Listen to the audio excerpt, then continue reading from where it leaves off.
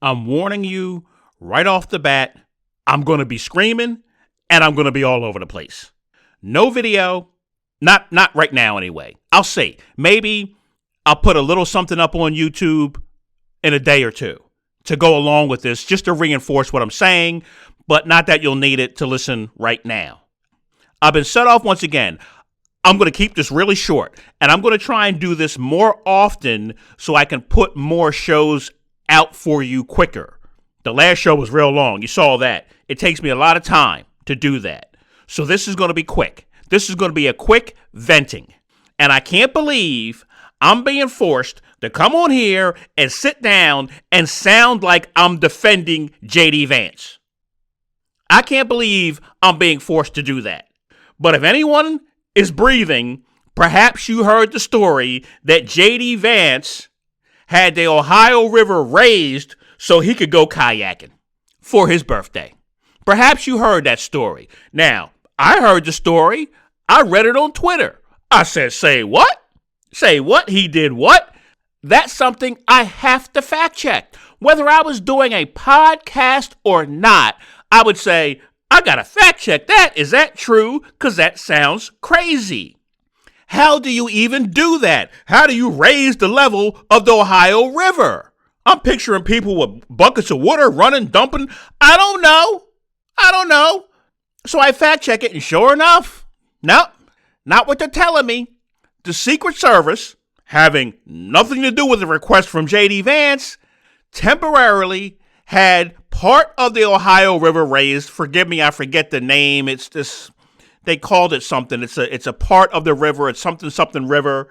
They had it raised using, they have these locks, locks like they have at the canals where they can open it and let more water in, get water out. They did that for security purposes. That's what the Secret Service says. That's what they said. We do this. It's for security purposes. Don't ask me to explain why you need more water in the river for security purposes. I don't know, but I'm sure the Secret Service does. And they say it's not unusual and not a big deal. So a completely different story than the story that 50 million people ran with on Twitter. 50 million people. The outrage. Breaking. J.D. Vance had the Ohio River raised so he could go kayaking for his birthday. That was the story. That's what you saw. That's what you got. And apparently, it started from The Guardian. The Guardian. Now you go, well, aren't they legit? Aren't they somewhat of a legitimate information source? The Guardian? But it came from The Guardian, and then it just rolled viral like this stuff does. Click, share, click, share, click, share. Until little old me comes along and says, is that true? Fact check. Nope, 2 seconds. AP News. No, not exactly. J.D. Vance did not request the Ohio River to be raised. Why does this matter? Why is this important? Why do we have to just keep acting like this is just how things are now? Because the tweet that I saw it was from an outfit called Midas Touch. Midas Touch. They have over 1 million followers on Twitter. Now, I don't follow them anymore. I used to, but I don't follow them anymore because I got a little sick of them. But it was recently reported that this Midas Touch, not Midas, I'm not saying it's wrong. I'm not saying it wrong. They say Midas. It's MEIDAS. Midas Touch. Midas Touch Media. Midas Touch on Twitter. They recently overtook Joe Rogan's podcast, their Midas Touch podcast, overtook Joe Rogan as number 1 on YouTube. Now, not as big a deal as it sounds. Joe Rogan is huge on Spotify. He blows everybody away on Spotify. YouTube is not exactly his strongest platform. He kind of bounces back and forth between number 1, number 2, number 3, whatever. But at the same time, you got this Midas Touch, number 1. Number 1, very popular, right? So who the heck are they? Who the heck is Midas Touch? They're the problem. That's who they are. They're part of the problem. This is where I'm getting ready to flip out. Because we have people like Midas Touch, like all of these organizations, all of these news people, all of these podcasters. Let Let me calm down and let me put it to you this way, okay? Let me put it to you this way, because I'm going to try and make this as clear as possible. It's like you went to jail for selling marijuana. You're sitting in jail for 10 years for selling marijuana. And the very people who put you in jail are now making money off of selling marijuana. That's what this feels like with some of these liberal organizations. They are making money, getting clicks, getting listeners, sitting back, causing outrage, and telling people, we told you so. We told you so. No, we told you so. And by we, I mean the people who sat here like I did for 4 years saying you are going to put Donald Trump back in office. I sat here for 4 years on this little podcast with nobody listening saying you are going to put Donald Trump back in office if you keep doing what you're doing. And that's exactly what happened. And now the very people who got me sitting in stupidity jail are making money selling the garbage, the same garbage they were selling the past 4 years. The same stupid memes, the same stupid tweets, the same stupid clickbait, the same stupid misinformation, the same strategy that put Donald Trump in office. J.D. Vance had the Ohio River raised for his birthday so he can go kayaking. Listen, J.D. Vance is a hillbilly. I don't know what he does on his birthday. He's outdoorsy. They're outdoorsy people. I don't care. I could care less if J.D. Vance goes kayaking. I don't care any more than I cared when Joe Biden went to Rehoboth Beach. When he went to lay on Rehoboth Beach. If there was a story that said, Joe Biden had fluffier sand brought to Rehoboth Beach, I'd say, that sounds weird. I'm going to fact check that. And I bet you it wouldn't be true. I bet you there'd probably be something else to it. The Secret Service say, no, we bought him more sand to protect Joe, build some dunes. I don't know. I just know it's a waste of time, and I know it's the problem. I know it is. I know this nonsense is the problem, and it's not one story. It's every day, all day. The very people who helped to put Donald Trump back in office are making money doing exactly what they did to help put Donald Trump back in office. And then they got the nerve to sit there and say, we told you so. We told you Donald Trump's going to be a bad president. No joke. No joke. We told you fire's hot. No, we all knew that. If people that were listening to you, you kept telling them, look, we're warning you, Donald Trump's going to be a bad president. I sat here for 4 years and I said, can you tell me something that's going to help? We all know that. If we're listening to you, if we're following you on social media, how many different examples do you have to give me to let me know Donald Trump is crazy? I'm sold on that. Now, what are you going to do? What are you going to do? What's your strategy? What's your ideas? What's your solutions? We're going to cancel anybody who doesn't agree with us. And we're going to stay woke. And we're going to defund the police. And we're going to cancel student debt. And we're going to pack the court. And we're going to give temporary protected status to Venezuelans. I just listen to that. I go back and I'm looking for clips I can't find. I'm so upset. But in looking for a particular clip, I stumbled upon another clip from back in 2022. 2022, when Joe Biden was debating whether or not to extend something that already existed. Okay? Already existed. Temporary protected status for 250,000 Venezuelans in the country. He extended it. You know how I know that? Because Donald Trump just ended it. He just pulled the plug on it just a few weeks ago. I got to play this one clip for you, and then I'm going to wrap. I swear, I'm keeping this short. I just wanted to vent for 2 seconds here. But you got to hear this one clip so I can make a point for what I'm going to say after it in reference to jobs, the recent jobs report and the economy. Just listen to this. This is a little out of context. I don't even know who these people are, to be honest with you, but I don't think it'll matter. But just listen to the guy respond to a woman not answering a question about who is advising Joe Biden on the economy.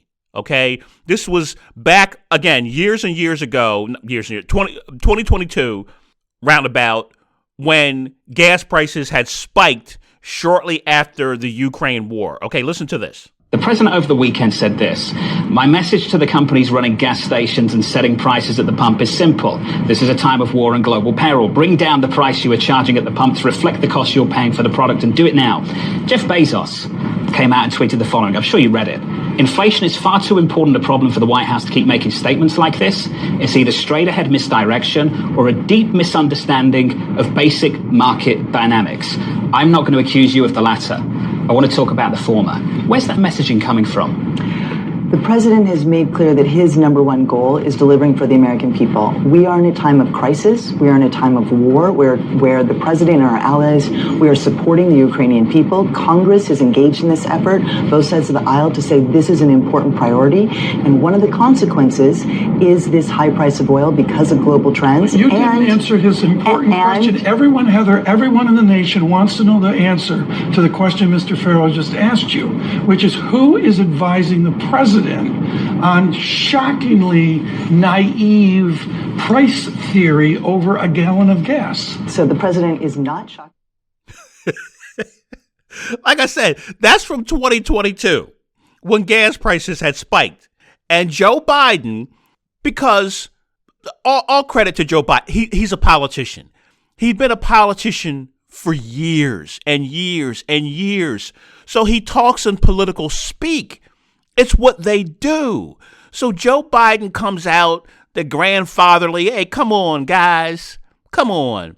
We're in a time of war. We're helping Ukraine. And we're in a time of crisis. You got to lower your prices, man. Help people out. But this political speak.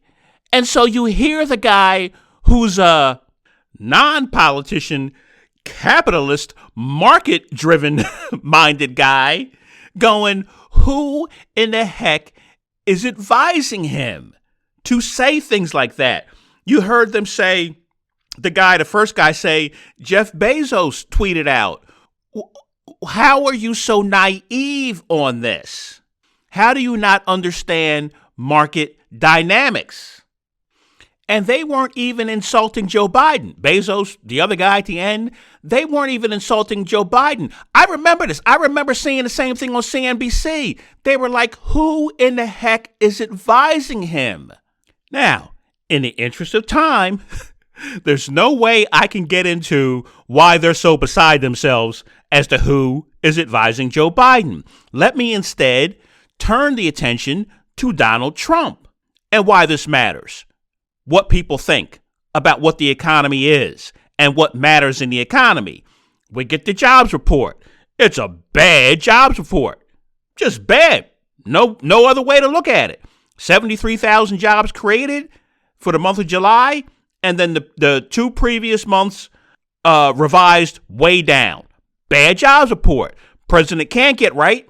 Trump, he decides, I'm going to fire the woman who's giving me the numbers because the numbers are rigged.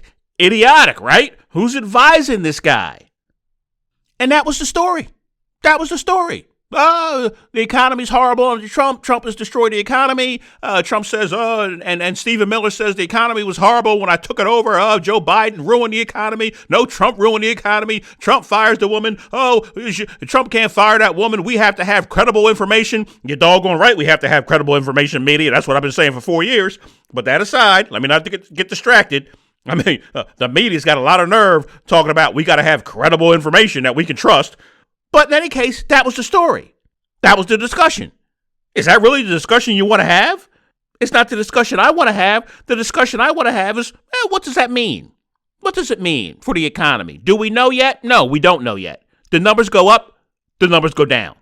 The discussion we should have is, should we continue to put as much importance on the monthly jobs report? Do we need a different method for coming up with the monthly jobs report, seeing how it seems like we have to revise it so often now? Should it become a quarterly jobs report instead of a monthly jobs report? Or should we just be giving a rough estimate of saying, here's how many jobs were created or lost? Maybe they'll just say, we expect or we estimate jobs created in July were between 80,000 and 150,000. And that way, there's not so much shock. Oh, my God. Because it seems like they never hit the estimate, what's projected. It seems like they never come close. And they're doing an awful lot of revisions. And in some cases, really big revisions. So that could be a discussion. We have no idea whether the last report, including the revisions, is a snapshot of what's going on right now because of certain things or a trend. We can make predictions. We can anticipate. And on that, I would say, don't quit your job waxing buttholes just yet. You may need it. Because I do think we've been in a downturn. I don't think we're coming up into a downturn because of Trump. I think we've been in a downturn in the economy. But we need smart, reliable, honest people to discuss it and explain it to us. That's what we need. That is not what we have. We have political people. That's what we got. We got Midas Touch putting out memes. We got conservative media putting out spin. This is what we got. We don't have any intelligent people to explain to us. 73,000 jobs added, that's a net number. So when we look at the data, we see there were 500,000 jobs added in July, but because of seasonal adjustments for teachers and several retail stores closing, that accounted for losses of 427,000 jobs for a net of 73,000 jobs. Now, I just made all that up. You see why we need honest, trustworthy, reliable, smart people to discuss these things with us? I just made that up. There were no 500,000 jobs added in July. What are you, crazy? But if I say it with confidence and clarity, you'll go along with it. If one of these big outfits, one of these big organizations out there tells you J.D. Vance raised the level of the Ohio River for his birthday, you'll go along with it. Why wouldn't you go along with me saying, hey, look, we created 500, but we lost 427,000, so add net 73,000. Why wouldn't people go along with that if a big enough outfit tells them? We have to have smart, honest, reliable people discussing this stuff. We have to. We have to demand it. We cannot continue to accept this nonsense from these people saying, I told you so, when they get everything wrong. We can't. We cannot allow ourselves to continue to be flooded with infopinion. That's what it is. Look at me creating a word. Nobody steal that. It's infopinion. It's people that just putting out just reams and reams of information in the guise of giving you some sort of facts, but it's not. It's just opinion. That's all it is. It's opinion because they don't know any better than you do. They don't understand the economy any better than you do. If they did, they'd go, you know what? 73,000 jobs had to happen sometime. Economy had to cool off sometime. It's very interesting, though, with all these revisions, we got to take a look at the interest rates. They're surely going to be cut in September, but they probably should have been cut sooner, particularly when we understand they're saying there's another revision coming, a huge revision spanning back into the Biden administration. Hundreds of thousands of jobs revised downward. So had we had that information, accurate information, surely they would have cut the interest rates sooner. Yeah, you might not think that matters. It matters if you bought a doggone car in the past 6 months. It matters if you took on a mortgage in the past 6 months. It matters if you got credit card debt or you had credit card debt over the past 6 months. It doggone sure matters. That's what we ought to be talking about. They got to get these numbers right. If they can't get them right, if it's more difficult to get them in an accurate, timely fashion, they got to figure out how to do it because way too much relies on it. Way too much for the numbers to be so far off. That's the discussion smart people should be having. The other discussion smart people should be having is, 73,000 jobs. Jobs have rise downward, but had to happen sometime. You know what? Let's look at the silver lining. Surely they'll lower the interest rates in September. If the interest rates come down enough, that loosens things up in the housing market. Now, perhaps I can put my home up for sale that I've been holding off on doing because the interest rates are so high. Interest rates are so high, there's not as much demand for my house. I can't get the price I want for it. I also can't go out and buy a new house because I can't afford it because the interest rates are too high. Now the interest rates come down, I can sell my house, which loosens up supply. When supply goes up, the prices come down. So now I can sell my home and I can go buy another home. The person who bought my home, perhaps they were renting. So now they're not renting anymore. They've taken on, hopefully, a lower cost mortgage than they were paying in rent. So now that loosens up the rental market, creates more supply when people can move out and buy a home, brings those prices down. You look at any economic study, I don't care which one you look at, the highest cost, housing, transportation, food. Those are the highest costs for a household. Housing, transportation, food. So, maybe we're working on bringing that housing cost down by bringing down the interest rates. How about transportation? Well, you're not going to believe this one. Edmunds, you know Edmunds, car people, they just reported recently there was a record number of people who took on a car payment of $1,000 a month or more. $1,000 a month or more. People took on. Edmunds just reported that. A record number of people. So, hey, hopefully, with those interest rates coming down, the cost of buying a new car can come down. Housing costs come down. Transportation costs come down. Credit card payments come down. Student loan payments come down if the interest rates come down, if the economy is slowing a bit. And don't worry, we have programs in place for when people lose their jobs. It's called unemployment. And don't you dare think if things don't get bad enough, they won't be shoveling stimulus checks out the door. You know that. Oh, we know that. We know how that goes. So we got programs in place if things get a little bumpy in the foreseeable future. If even, oh, God forbid, we go into a recession. What if we go into a recession? Okay, we manage it. Hopefully it's temporary.